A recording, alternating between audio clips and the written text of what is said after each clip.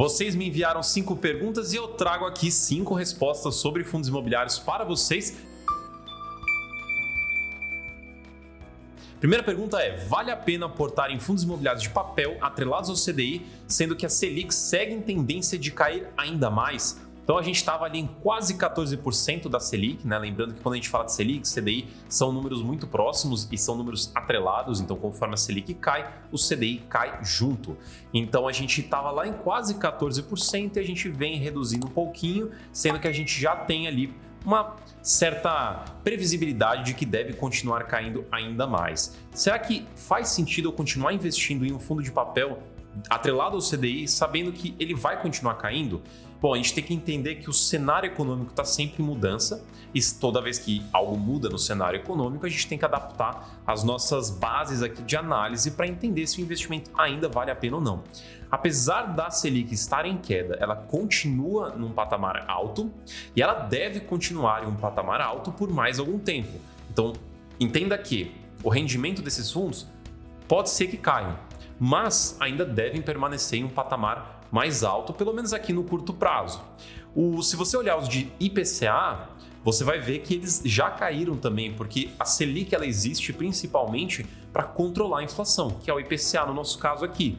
Então, se a Selic subiu para controlar o IPCA, que estava alto, o IPCA caiu, a Selic tem que cair. Você vê que os dois vão meio que não andando juntos, mas eles se influenciam. Isso quer dizer então que, beleza, tivemos as nossas quedas aqui dos fundos atrelados ao IPCA, agora a gente tem uma queda dos atrelados ao CDI, mas não é uma queda que acontece do dia para a noite. Então vale a pena? Olhando de uma forma geral para esse tipo de investimento, ele vai continuar sendo um investimento totalmente válido. É só importante você entender a dinâmica ali do CDI e da Selic, e que os rendimentos podem vir a cair no curto prazo, mas devem ali, eu estou especulando aqui, devem continuar em um patamar ainda atrativo ou ainda num patamar que faça sentido para o nosso panorama ali daquele momento.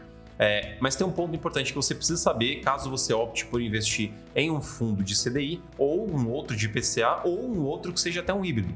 Entenda bem que todos são atrelados a algum tipo de indexador e esses indexadores mudam. Então, em alguns momentos pode ser que você receba muito mais porque esses indexadores estão mais altos, em alguns momentos você pode receber menos porque eles estão lá embaixo. Mas tudo isso faz parte do comportamento, da característica dos fundos imobiliários de papel. De toda forma, os atrelados especificamente ou exclusivamente em CDI são poucos, tá? São pouquíssimas opções, a maioria ou é híbrida ou é atrelada à inflação. Exclusivo de CDI, são poucas opções. Então vamos para a segunda pergunta. Você acha que algum setor de fundo imobiliário possa ficar saturado? Olha, se você pegar pelo tamanho do Brasil ou tamanho das cidades que os fundos imobiliários costumam ir, eu acho difícil ter um setor saturado. Porém, a gente pode ter talvez um perfil de imóvel que possa ficar saturado. Eu vou traduzir o saturado aqui pelo jeito que eu estou interpretando, que é quando o fundo imobiliário ele faz a aquisição dos imóveis e não tem mais o que comprar, não tem mais aonde fazer negócio naquele setor específico. Então, eu acredito que, primeiro, de uma forma ampla, acho muito difícil saturar, mas, no segundo ponto aqui, existem alguns tipos de fundos específicos que buscam imóveis bem específicos que esses podem ficar um pouco mais escassos, não quer dizer saturado, mas escasso. Então, vou dar um exemplo aqui. Lajes, ou seja, escritórios, e também vou colocar um pouco de galpão aqui, esses dois tipos de imóveis, mas especificamente para aqueles que buscam ficar bem dentro da cidade de São Paulo, de altíssima qualidade, né? Os imóveis de altíssima qualidade. Esses, por questão de espaço, por questão de não ter necessariamente, ou talvez não ter, dependendo da região, onde mais construir, esses podem ser que não tenha mais opção. Então, a partir do momento que o fundo imobiliário compra todos, hipoteticamente aqui falando, não tem mais o que comprar. Ou, a partir do momento que o fundo imobiliário comprou o que dava para comprar e o resto que tem lá de imóveis que poderiam ser adquiridos, eles não estão à venda, novamente, não tem muito o que fazer. Então, talvez alguns nichos de mercado possam ficar, entre aspas, saturados. Acho que talvez saturado, eu falei aqui saturado por conta da pergunta, mas talvez o melhor seria ter uma escassez maior, né? Ter uma dificuldade de aumentar o portfólio em alguns nichos específicos, porque eles são bem específicos mesmo. Então, galpões dentro da cidade de São Paulo, bem dentro da cidade de São Paulo, e também que sejam de altíssima qualidade, prédios corporativos, né? Lajes, grandes prédios comerciais, também nesse sentido de bem localizados, bem dentro da cidade de São Paulo, também podem ser mais difíceis de serem adquiridos. Talvez até shopping, talvez aqueles bem localizados são mais difíceis de ser adquiridos. Então acho que, até voltando aqui para resumir um pouco essa pergunta, saturado, do jeito que a pergunta foi feita, acho que não vejo isso como uma possibilidade. Talvez daqui uns 300 anos, quem sabe. Mas olhar por uma questão de uma estratégia específica que pode ficar um pouco mais escassa, um pouco mais difícil de ampliar dentro de um fundo imobiliário, eu entendo que talvez isso possa acontecer. E caso isso aconteça, aí o fundo tem algumas opções. Ou dá um passo para trás e espera abrir oportunidades, ou começa a olhar outros tipos de oportunidades. Então, vai depender muito também da estratégia do fundo. Pergunta número 3. Quantos fundos imobiliários tem na carteira para aposentadoria e qual quantidade você diria que é diversificado? Eu acho que aqui sempre busca um número, né? Um número mágico. É 10, é 12, é 16, é 20. Na minha visão, como eu não conheço a sua carteira, qual seria o melhor conselho que eu poderia te dar? Olha para a sua carteira de investimentos, não só a parte de fundos imobiliários. Olhe tudo e veja quanto cada ativo representa dos seus investimentos, do seu portfólio. Então vamos supor que você tem 100% tudo em fundo imobiliário. Então se você tem 100%, é legal que você dilua os ativos individuais para que eles representem pouco, porque como você está olhando aqui aposentadoria, eu já vou colocar você dentro do período de aposentadoria.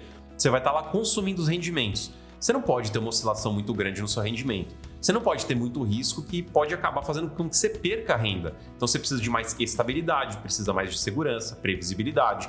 Então você precisa também diversificar a sua carteira para diluir esse tipo de risco.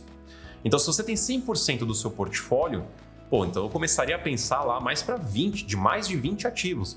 Porque se você tiver 20, por exemplo, só para ficar redonda a conta, você vai ter 5% do seu patrimônio em cada um dos ativos. O que já estaria ok, mas talvez ali para aposentadoria você pode até colocar um pouco mais para aumentar um pouco mais a sua segurança. Só que aí, esse cenário é se você tem 100% em fundos imobiliários. Então se você tiver mais outros tipos de investimento, ações, talvez um ETF no exterior, talvez um pouco mais de renda fixa aqui, você vai ter que ver quanto que fundo imobiliário representa. Fundo imobiliário representa 30% da minha carteira. Beleza, então use esses 30 como base. Se você tiver 10 ativos, por exemplo, você vai ter ali 3% em cada um desses ativos, o que já melhorou a sua diversificação, tá vendo? Você tem menos ativos em FIIs, mas a sua diversificação é maior. Por quê? Porque você tem outras coisas na carteira também. Então a regra de ouro é você ter pouca concentração, ou quase nenhuma concentração, né? Seria o melhor, em ativos específicos. Dilua bem os seus ativos, porque isso vai te dar uma segurança maior naquele momento que você vai depender mais da renda dos seus fundos imobiliários. Quarta pergunta, extremamente interessante e também extremamente importante. Se eu invisto 50% em papel e 50% em tijolo em um ano sem fazer aportes, ainda eu seguro a inflação pela valorização? É comum os investidores de fundos imobiliários tentarem sempre separar as coisas de resultados, separar um pouco da performance, separar características de um fundo imobiliário quando elas deveriam ser olhadas todas em conjunto. Então, aqui eu tenho várias observações para fazer, mas vou tentar dar uma condensada. Primeiro ponto, aqui fala sobre segurar a inflação apenas pela valorização. Em teoria, e eu falo em teoria porque existem imóveis bons, existem imóveis ruins, existem teses que dão certo, outras que dão errado, então existem muitas variáveis dentro desse contexto. Mas vamos falar aqui, em teoria, no cenário perfeito, em teoria, na parte de tijolo, sim, ele deveria valorizar em linha pelo menos com a inflação, se não mais, em casos muito positivos. Com papel, ele não valoriza, ou ele pode ter algumas oscilações, mas ele não é um ativo de valorização. Então, na parte de papel, você não teria a sua segurança de inflação, a sua reposição de inflação. Isso porque você está olhando apenas para valorização, que é o que eu comecei aqui a responder no começo da resposta que eu mencionei. Você tem que olhar como um conjunto, então você não olha só valorização, você olha valorização e renda. Você vai olhar o retorno total, todo o retorno que o ativo pode te dar. Porque o retorno de um fundo imobiliário, ele não é apenas a renda, ele não é apenas a valorização, ele é as duas coisas. Então, se você juntar as duas coisas, então sim, você deve ter, em teoria, novamente pelos motivos que eu citei, pelo menos ali a reposição da inflação, tanto em papel, tanto em tijolo. Lembrando que no caso do papel, como ele te entrega a inflação através dos rendimentos, você teria que reinvestir esses rendimentos, tá? Então, se a gente considerar então este seguinte cenário, você tem 50% de papel, 50% de tijolo, você recebe a renda e reinveste, porque reinvestir tecnicamente não é um aporte, né? Aporte é você pegar um dinheiro do seu bolso, um dinheiro novo e investir. Pegar o rendimento e investir é um reinvestimento, é você separar aqui. Então, dessa forma, você deve ter um desempenho, no mínimo, em linha com a inflação, mas se você olhar o desempenho do IFIX, que é exatamente isso que eu falei, valorização mais rendimento, você deve ter um retorno acima da inflação, com uma certa folga ainda, inclusive. E se você ainda faz uma seleção melhor de ativos, ou seja, você escolhe a dedo os ativos que você quer colocar na sua carteira, você ainda consegue ter um desempenho ainda melhor do que a inflação, ainda melhor do que o IFIX. Por exemplo, a nossa carteira recomendada de fundos imobiliários, ela desempenha bem acima do IFIX. Inclusive, se você quiser ter acesso à nossa carteira recomendada de fundos imobiliários, onde você consegue descobrir quais são essas recomendações específicas que podem te entregar um valor maior, você consegue assinar a Suno Premium durante 15 dias por apenas R$1. E a assinatura Suno Premium inclui todo o conteúdo de fundos imobiliários, além do conteúdo de ações, macroeconomia, renda fixa e diversos outros. Mas aqui no nosso contexto de fundo imobiliário, você já tem acesso a todos os relatórios, radares e também, obviamente, as recomendações específicas de fundos imobiliários. O link está aqui na descrição. E para concluir a pergunta também, esse cenário de você só reinvestir, você deveria ter um desempenho acima da inflação, mas obviamente se você aportar mais, você pode desempenhar ainda melhor, né? Olhando sempre no cenário ideal aqui, o cenário perfeito, que é o de ganhar dinheiro. Lembrando que estamos falando de renda variável, as coisas podem variar tanto para cima quanto para baixo, então é sempre importante diversificar. E a quinta pergunta também é uma pergunta bastante interessante. Por que os FIIs crescem de tamanho, mas os rendimentos continuam os mesmos? Porque o tamanho do fundo não necessariamente implica na renda dele. Claro que existem influências entre esses dois componentes, mas não é porque o fundo é muito grande que ele tem que pagar mais, nem vice-versa. Por exemplo, só para dar um exemplo aqui um pouco mais extremo, pode existir um fundo imobiliário com um único imóvel e pode ter um outro fundo imobiliário com 100 imóveis e eles pagarem a mesma coisa. Ou de um imóvel pagar até mais, ou vice-versa. Por quê? Porque não é necessariamente verdade ter mais imóveis igual a ter mais renda, ou renda por cota, melhor dizendo. Por quê? Porque toda vez que um fundo imobiliário cresce de tamanho, então ele vai fazer uma emissão, ele vai captar mais dinheiro em troca de emitir mais cotas. E vamos lembrar que, vamos supor que o fundo recebe 2 milhões de aluguel no total por mês. Ele vai pegar esses 2 milhões e dividir entre quantas cotas existem hoje. Então, se eu faço uma emissão, capto mais dinheiro, mas ao mesmo tempo emito mais cotas, então eu aumentei o número de cotas. Por isso que uma emissão, uma compra, um crescimento de fundo imobiliário, ele não necessariamente implica em aumento de rendimento, porque eu estou emitindo mais cotas também. Claro que, idealmente, olhando o cenário perfeito novamente, que não é sempre o caso, a gente pensa ou a gente espera que uma nova emissão, uma nova aquisição traga mais resultado para o fundo.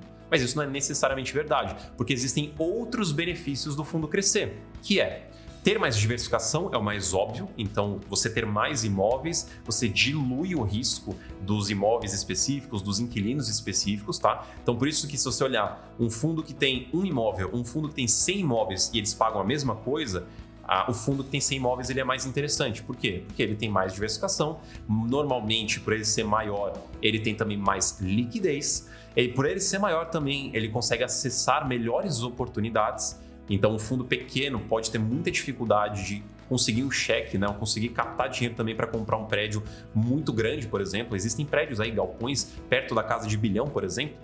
E um fundo pequeno não consegue acessar, mas um fundo grande consegue. Então, a grandeza de um fundo imobiliário não é só para tentar aumentar o rendimento, mas também conseguir ter essa estrutura que permita que ele opere melhor e com mais eficiência, tá? Então, e só para repetir, não quer dizer que não vai aumentar, tá? Ele pode aumentar sim o rendimento, só não é necessariamente uma verdade.